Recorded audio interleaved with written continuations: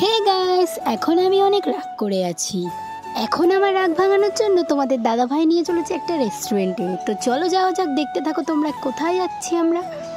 এই দেখো আমরা চলে এসেছি সেই রেস্টুরেন্টে। এটা হচ্ছে পিৎজার একটা নতুন রেস্টুরেন্ট খুলেছে, যেটা তোমাদের সাথে আজকে আমি শেয়ার করব। আর সত্যি বলছি গাইস, ফিডব্যাক একদম ভালো ছিল না। নতুন হয়েছে ভেবে গেলাম, গিয়ে একটা বড় লার্জ সাইজের পিৎজা অর্ডার করলাম, দেন খেলাম আমরা। এই যে আমরা এখানে দুজন এখন বসে আছি। তোমাদের দাদাভাই চুল কেটেছে তো খুব লজ্জা পাচ্ছে।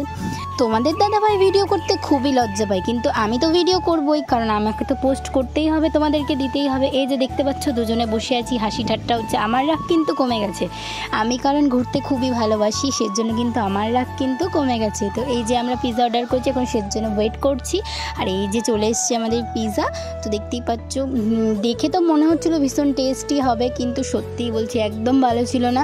বেসটা একদম পাতলা ছিল। আমরা যেখান থেকে পিৎজা অর্ডার করে খাই সেখানকার পিৎজা এর থেকে অনেক ভালো, কিন্তু সেখানে যেহেতু বন্ধ ছিল তো সেজন্য আমরা এখানে গেছিলাম। আর তোমাদের দাদাভাই আমার রাগ ভাঙানোর জন্য মাঝে মাঝে কিন্তু একটু রেস্টুরেন্টে যেতেও হয়।